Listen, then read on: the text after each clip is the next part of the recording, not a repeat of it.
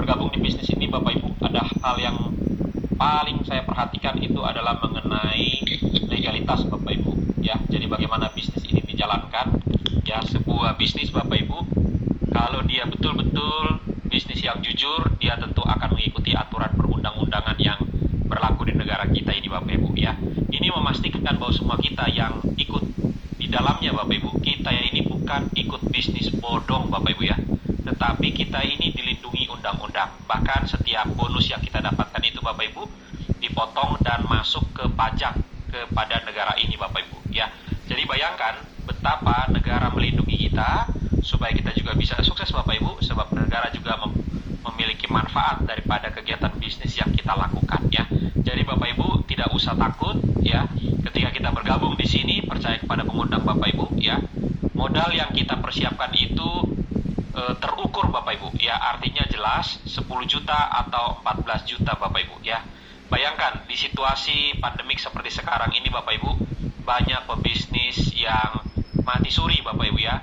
Ketika saya mengajar Bapak Ibu ya, para mahasiswa saya juga terus bertanya Bapak Ibu ya, nampaknya mereka harus berjuang ekstra Bapak Ibu di tengah-tengah masa pandemik ini.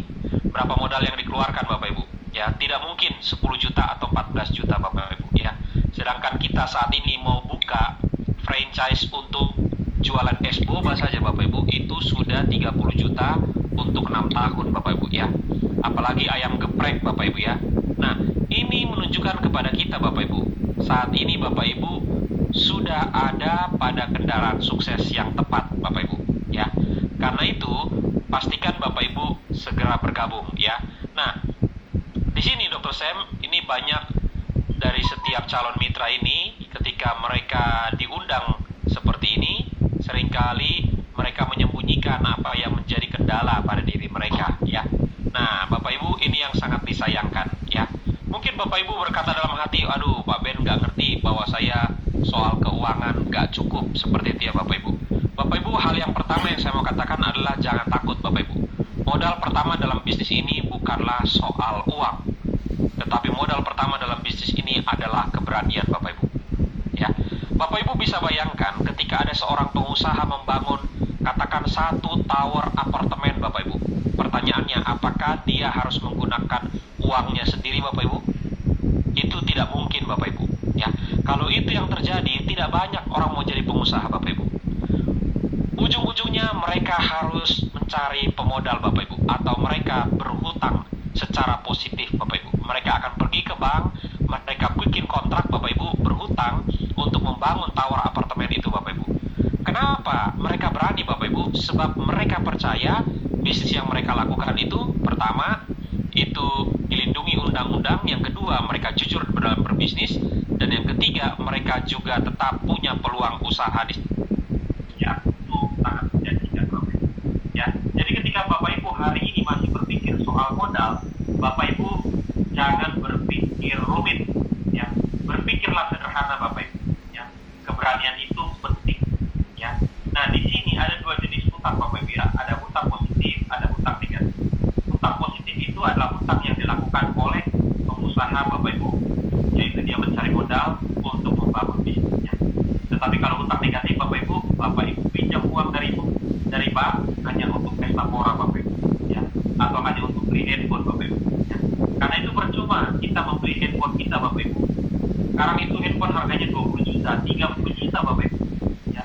Bayangkan handphone kita iPhone, Samsung Bapak Ibu, kalau tidak ada internetnya, apa yang terjadi Bapak Ibu? Tidak bisa digunakan ya. Karena itu jangan berpikir rumit Bapak Ibu.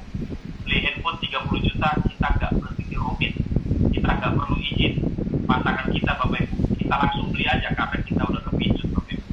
Tetapi tren memberikan kepada kita solusi Bapak Ibu ya. Apa yang kita keluarkan itu bisa kita kembalikan Bapak Ibu ya.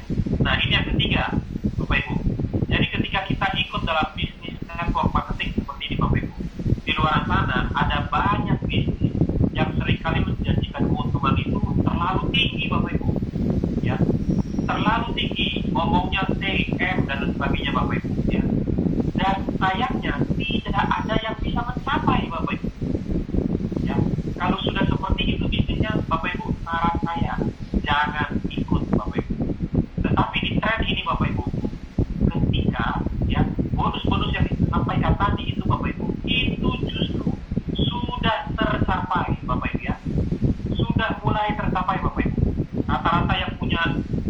pendapatan dalam bisnis ini Bapak Ibu di atas 100 juta itu sudah lebih dari puluhan orang Bapak Ibu, bayangkan. Ya. Ada satu keluarga yang bisa tembus Bapak Ibu 2 miliar Bapak Ibu. Ya. Jadi dengan beberapa titik sekaligus Bapak Ibu ketika itu dikumpulkan itu tembus Bapak Ibu. Ya. Artinya apa? Ini bukan sesuatu yang kaleng-kaleng Bapak Ibu. Ini sesuatu yang real. Karena itu Bapak Ibu ketika kita mau mengubah kehidupan kita, mari kita percaya kepada pengundang kita Bapak Ibu. Ya. Kalau pengundang Bapak Ibu itu sudah pernah menipu Bapak Ibu, barangkali nggak usah ikut.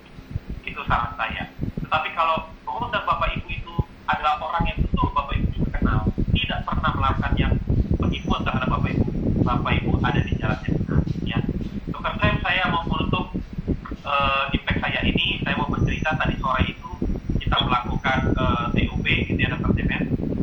Nah ada seorang calon mitra Dokter Sam, jadi ketika dia diajak oleh mitra saya ya beberapa tahun lalu ya Dokter Sam ya, dia diajak lalu dia menganggap sepele ya, dan hari ini dia ikut kembali, ini ajakan yang kedua. Saya bilang, Pak, yang ajak Bapak itu pendapatannya sekarang ini sudah 10 juta per minggu. Wow, dia terheran-heran.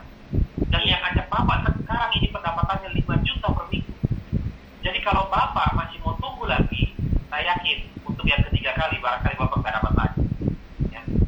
Segera bergabung. Coba Bapak bergabung sejak awal itu. Bapak sudah ikutan dapat 10 juta per minggu. Ya. Lalu orang itu tadi sore langsung segera mendaftarkan diri. Ya, ini dalam proses ya Dokter Sam ya.